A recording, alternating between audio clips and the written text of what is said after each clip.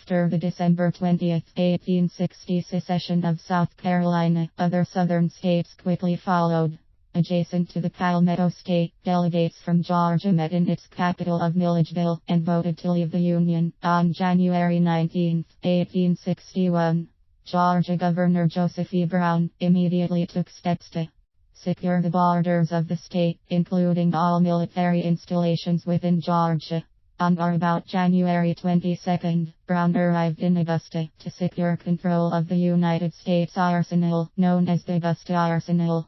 Despite a persistent drizzle, the governor's arrival prompted numerous speeches and military parades, one of which he enthusiastically reviewed as the state's commander-in-chief.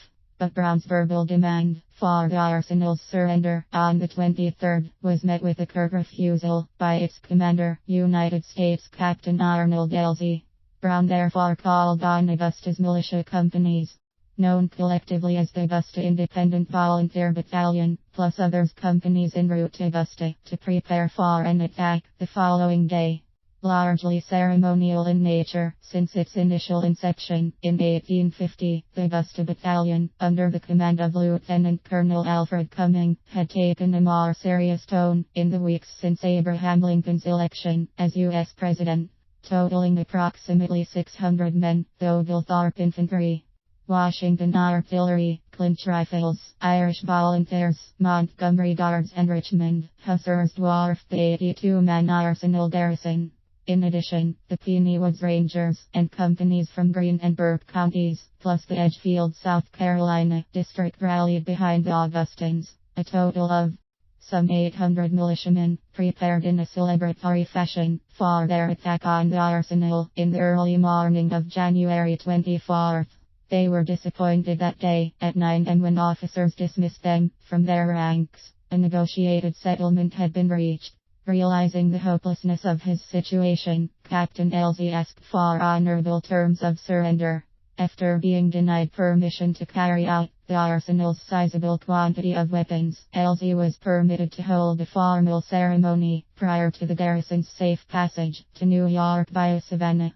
A 33-gun salute, one for each state, in the old Union, was fired at 3 p.m., with the Stars and Stripes lowered after the 32nd shot.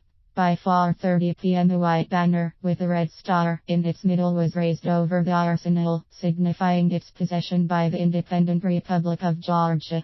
This flag is currently displayed at the Augusta Richmond County Museum.